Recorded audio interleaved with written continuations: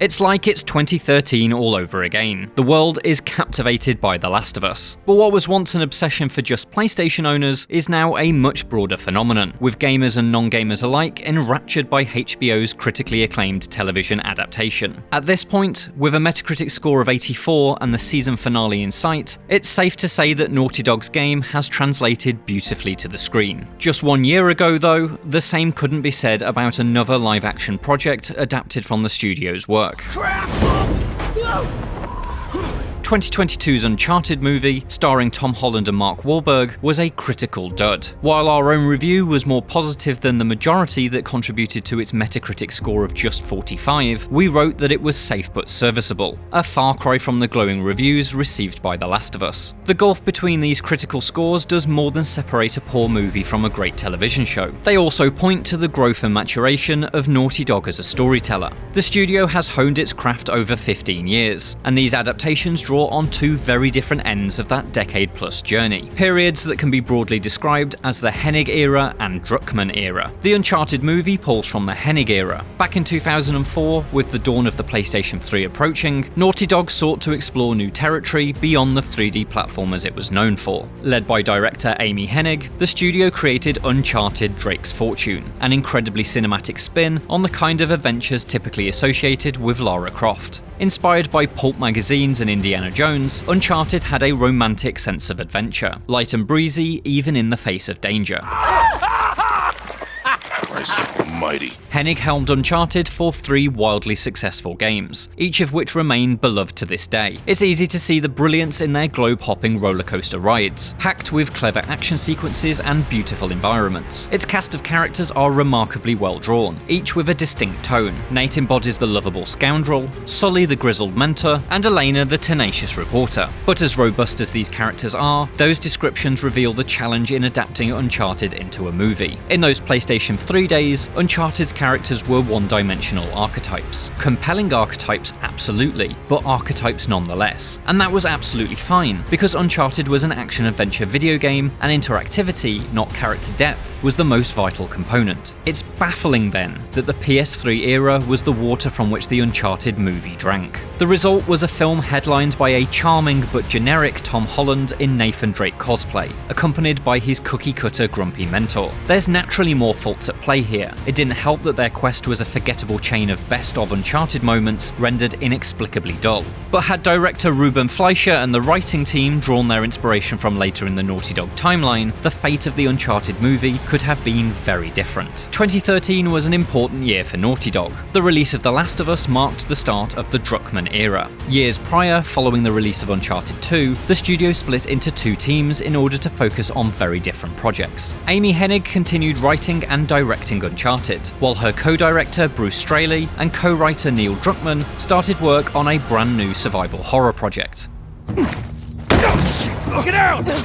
Much like Uncharted, The Last of Us used cinematic archetypes for its central characters, the grizzled smuggler and the precocious teenager, but it went to significant lengths to examine them on a much deeper level. It explored themes of morality, companionship, ethics against the backdrop of a zombie-like apocalypse. Its characters went through significant arcs that saw them change, for better or worse. It was released in 2013 and was quickly hailed as not just one of the best video games of all time, but an exceptional story in its own right. It's unsurprising then that The Last of Us has been so successful as a television show. To put character development ahead of action, and even in some respects plot, means that the game's narrative side is much more aligned with prestige drama than it is typical AAA video game stories. But beyond that, Druckmann and Straley's approach to aligning The Last of Us's gameplay with its cinematic influences makes it even more suited to adaptation. The show features sequences pulled practically wholesale from the game, presented in the same manner, and never do they feel out of place.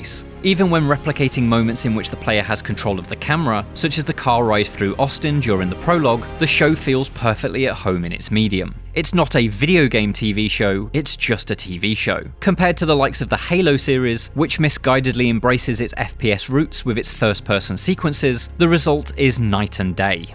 In 2014, Amy Hennig left Naughty Dog, leaving a vacancy at the head of Uncharted. Druckmann and Straley stepped in as the series' new guardians, and they had ambitious new plans for Nathan Drake. We were meant for this, Nathan.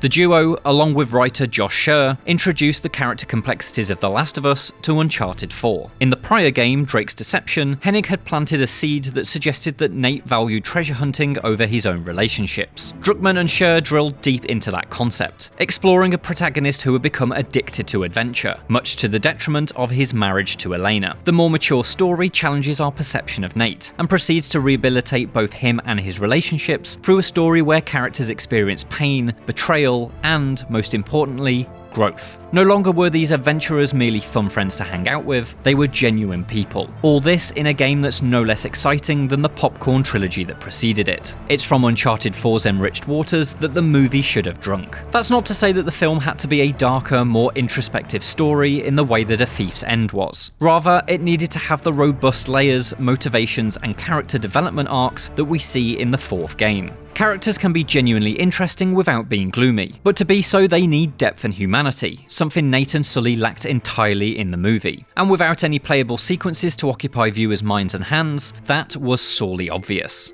After work on Uncharted 4 was completed, Bruce Straley moved on from Naughty Dog. But even without Straley by his side, Druckmann continued the growth trajectory the pair started with Joel and Ellie's first story. The Last of Us Part 2 doubled down on those deeper, more nuanced character arcs, as part of a path that led the studio into much darker, more divisive territory.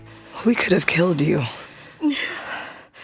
Maybe you should have. With the help of screenwriter Hallie Gross, Druckmann had the Ellie-centric sequel explore complex and fraught relationships between women. It analysed the cycles of violence that emerge and fester within those unable to deal with their own vengeful motives. It's a sprawling epic that works as a distinct milestone for how far the studio's approach to character and narrative has come. It will likely make for an astonishing season or two of the TV show. We're even already seeing signs of its themes in this first season through new character Kathleen, whose community suffers while she blindly chases revenge for her brother's murder. The success of The Last of Us as a show is a reflection of Naughty Dog's maturation as a storyteller. While the studio hasn't put out a bad game since the days of Crash Bandicoot, there's been a clear and fascinating growth period over the last 15 years that has seen it evolve from exciting game studio to remarkable storyteller. We often talk about how video games need to be sufficiently changed and translated for an adaptation to be successful. HBO has certainly done that for The Last of Us, but the fact that Druckmann and showrunner Craig Mazin were able to use so much of the game's original script and even direction wholesale is the ultimate testament of Naughty Dog's maturing narrative talents. For more from The Last of Us, check out our breakdown of the latest episode, as well as our game to show comparison. And for everything else, stick with IGN.